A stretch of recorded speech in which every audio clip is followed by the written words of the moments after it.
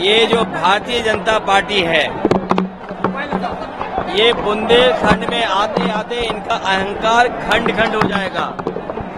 और ये जो भारतीय जनता पार्टी गिरती हुई पार्टी, जो जिनका ग्राफ गिरते हुए चला जा रहा है, गर्त में गिरेगा जाके, अब नीचे जा रही है। कितनी नीचे पहुंचेगी इसका कोई हिसाब किताब नहीं है। और जैसे चरण आगे बढ़ रहे हैं, जनता का गुस्सा भी इनके खिलाफ बढ़ता चला जा रहा है। और ये देख लेना आप, जब 7वें चरण में चुनाव आएगा, जनता का गुस्सा इनके खिलाफ 7वें आसमान पर होगा।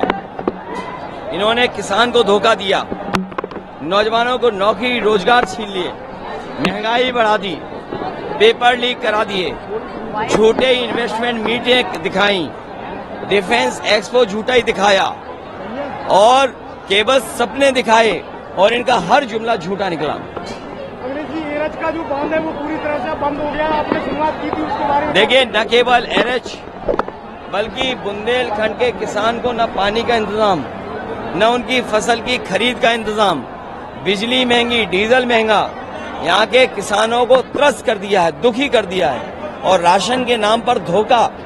इसलिए बुंदेलखंड के लोग इनके खिलाफ मतदान करने जा रहे हैं। बुंदेलखंड के लोग ये पहचानते हैं कि उनका राजनीतिक दुश्मन कौन है।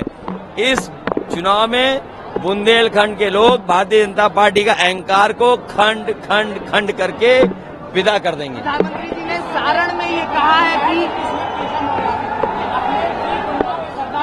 देखिए, आपको पता होगा कि गुंडे, माफिया, अपराधी कौन है। और वो लोग हैं जो नौजवानों के पेपर लीक करा रहे हैं।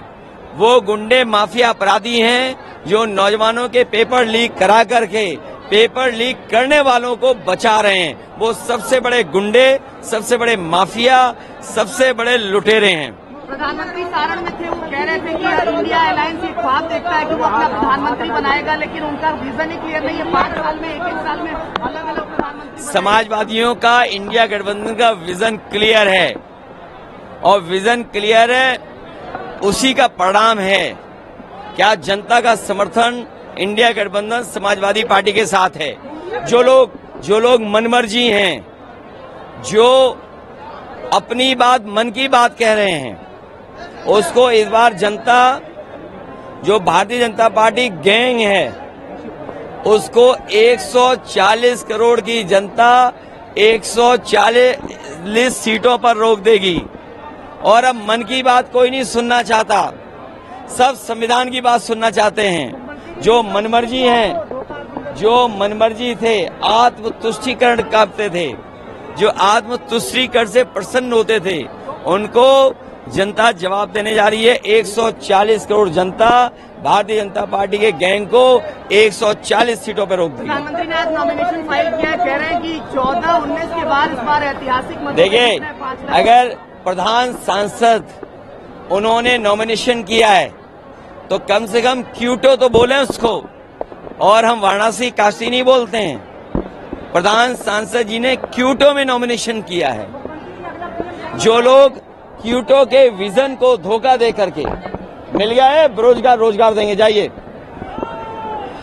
जो क्यूटो का विजन दे करके जनता का वोट ले लिए, जनता उन्हीं को तरसा देगी, क्योंकि क्यूटो नहीं बना है। इंडिया गठबंधन में मुस्लिम परस्त होने का आरोप लगा रहे हैं। वो लोग कह रहे हैं जो आत्मतुष्टीकरण में व्यस्त हैं, जो मनमर्जी हैं, जो मन की बात कहते हैं, जो 140 करोड़ लोगों की बात नहीं सुनते, जो संविधान की बात नहीं करते, वो सबसे बड़े आत्मतुष्टीकरण वाले लोग हैं। सुब्रत पाठक ने कल कन्नौज में, बुंदेलखंड में जिसने धोखा दिया, चिकनी चुपड़ी बातें करने वालों ने धोखा दिया, संविधान को खत्म करने वालों ने धोखा दिया, जिन्होंने मंदिर धुलवाया, उसको बुंदेलखंड की जनता धो देगी इस बार। सुब्रत पाठक ने कल हुए वोटिंग पर कहा है कि समाजवादी पार्टी के कार्यकर्ताओं ने कई जगह बूथ कैप्चरिंग की, कई जगह गुंडागर्दी अरे की। पुलिस तुम्हारी, सरकार तुम्हारी। इसीलिए मैंने कहा, भारतीय जनता पार्टी जो लूटने की संस्कृति रखते हैं, जो खोट, लूट और नोट से लोकतंत्र को बदलना चाहते हैं। जनता जागरूक है, अपने वोट से इनको बदल देगी। चौथी फेज की वोटिंग के बाद इंडिया अलायंस को किस स्थिति में देखते हैं? चौथे फेज के बाद एकदम बढ़ता चला जा रहा है इंडिया गठबंधन, और भारतीय जनता पार्टी नीचे जाती जा रही है, गर्त में जाती जा रही है। गठबंधन की सरकार बनती तो बुंदेलखंड में क्या होगा? बुंदेलखंड के किसान खुशहाल होंगे, नौजवानों को नौकरी रोजगार मिलेगा, पानी का इंतजाम होगा, बिजली सस्ती होगी और स्वास्थ्य की सेवाएं होंगी, और सड़कों पर खेतों पे सुरक्षित आपको रखा जाएगा। धन्यवाद।